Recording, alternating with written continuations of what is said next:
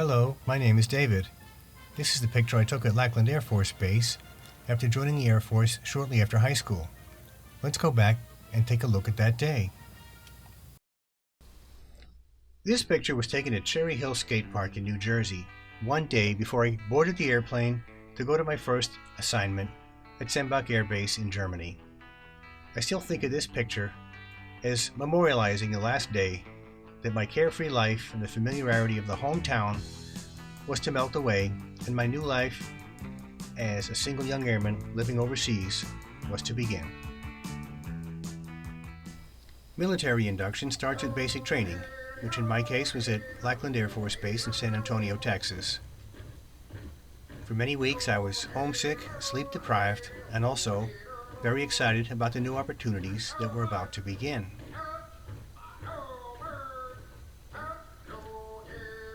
After basic training came technical training school. I was sent to Chanute Air Force Base in Illinois to be trained on gas turbine engines like the one in this picture. The town of Sembach is a sleepy little village of about 1,000 people surrounded by farmlands without a whole lot going on for the single young troops. When taken together with the Army's presence and their many tank divisions in the neighboring town of Kaiserslautern, this area is one of America's biggest military buildups in Europe at the time. Germany was divided at the end of World War II and was still a divided nation when I served my tour of duty there in the early 1980s. The Berlin Wall was put up in the early 1960s to prevent people from the East from fleeing towards what they saw as a better life in the West. In 1987, our Commander-in-Chief and President, Ronald Reagan, gave his famous speech regarding the Berlin Wall.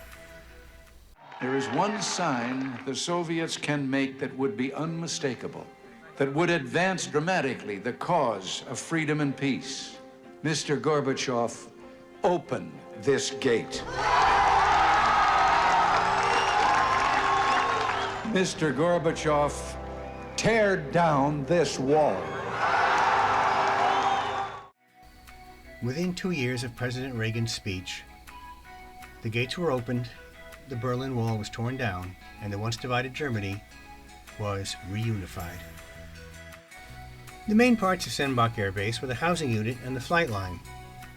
For the 2.5 years I lived there, I spent most of my time living in this barracks here in the corner building. Further down the road was the most important building on the base, which was the dining facility. It was called the Heuberg House, and the people that worked there spent many long hours keeping lots of hot food available for us troops. No memory of Sembach Air Base would be complete without mention of some of the righteous stereos that some of the troops built up in their rooms, some of which came complete with reel-to-reel tape recorders and Bose speakers. Here's a few of the bands and songs popular at the time. Go ahead and see how many you can name. Won't you take me to Funky Town? Won't you take me to Funky Town? Won't you take me to Funky Town?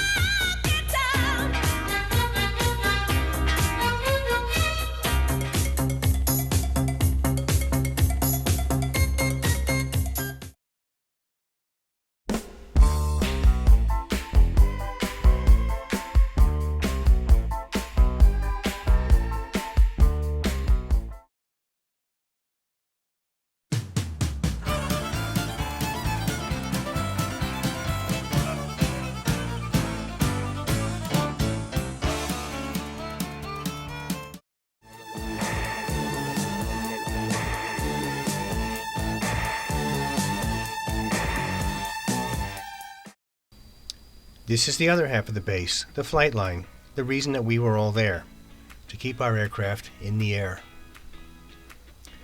This base only had one runway, as we see here, which, as it turns out, was more than sufficient. One of our aircraft was a helicopter, which really didn't require any runway at all.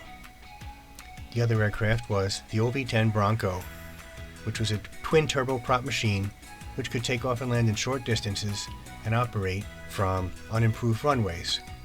Its fuel reserves kept it in the air for hours while it gathered information and directed other resources to their targets. The CH-53 had 2 gas turbine engines.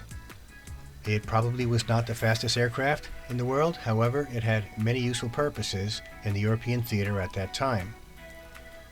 It was able to carry loads such as generators and even remote radar stations to various geographically separated units in and around Germany. The stations were picked up and moved periodically for strategic reasons. I got to ride in these mighty machines a number of times, which was interesting and inspiring. I was quite intrigued to hear the pilots talking on the intercom as they observed the many gauges and instruments. Here I am, in the workshop, working on one of the Air Force's gas turbine engines. This was the Cold War, which was a different setting from the conflicts of today, and we actually felt very little sense of outward hostility.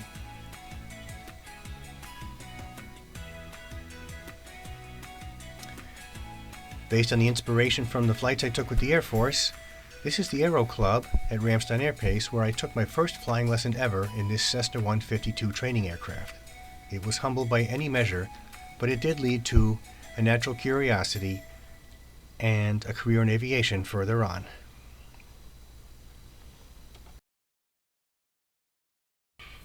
Thankfully, life wasn't just all about work. We also got to do fun stuff in our off-duty time, like going to this swimming pool in the nearby town of Winnweiler. Even on my take-home pay of the time of $88 a week, I could still afford the $1 admission fee to the swimming pool, along here with my 2 roommates, Galen on the bottom left and Harry Johnson on the bottom right.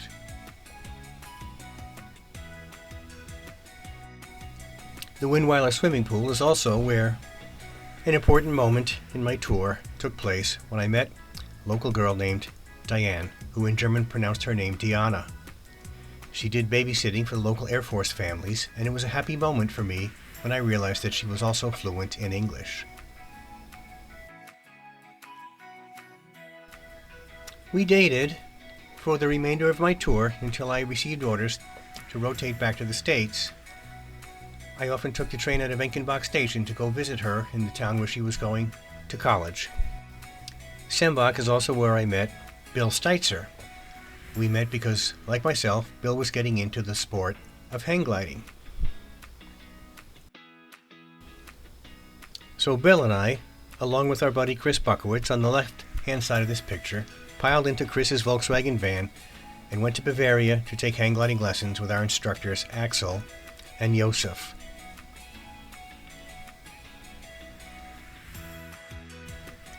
This was one of my first hang glider flights ever on the Bunny Hill at a ski area in Bavaria, flying 2 feet high for 5 seconds.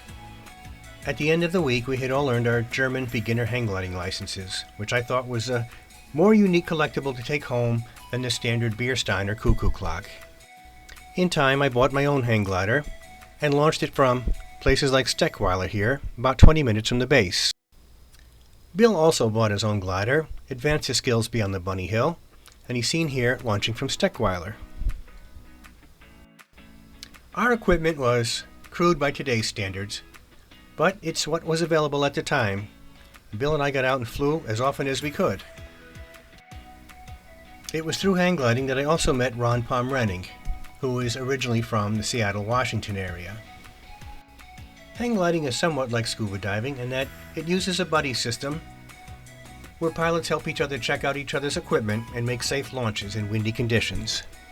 Since neither Bill or I could afford a car, we often rode around with Ron in his famous blue Volkswagen Beetle with the gliders on top. With practice, we all ended up progressing to higher altitude flights, like the ski area in Lamarckstein, France. Sembach Village is where I met a local German national named Mike, who sometimes came to the base with other friends on the weekends, since the Sembach NCO Club was one of the few places in the area that had live music. Mike and I have stayed in contact over the years, and many years after the Sembach photo was taken, he flew to California and we rented a couple of Harley Davidsons and cruised down the Pacific Coast Highway.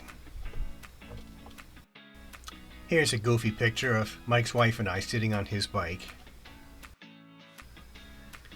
Mike's dad used to enjoy coming to the local shooting range with us.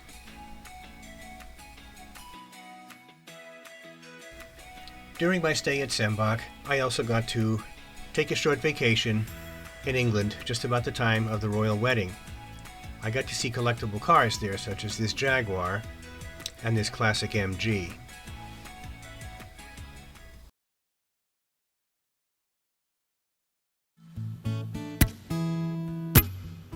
There are places I remember all my life, though some have changed, some forever, not for better.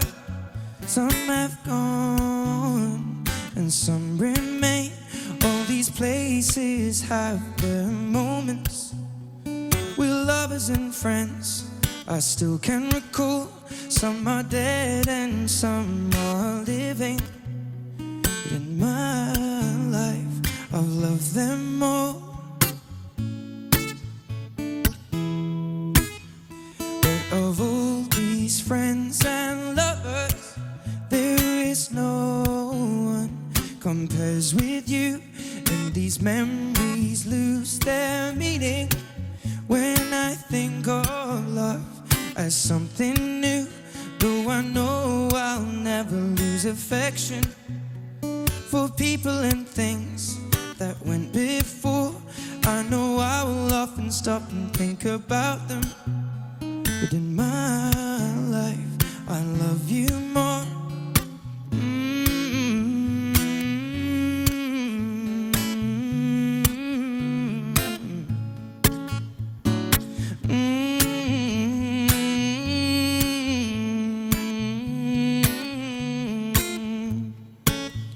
Though I know I'll never lose affection for people and things that went before.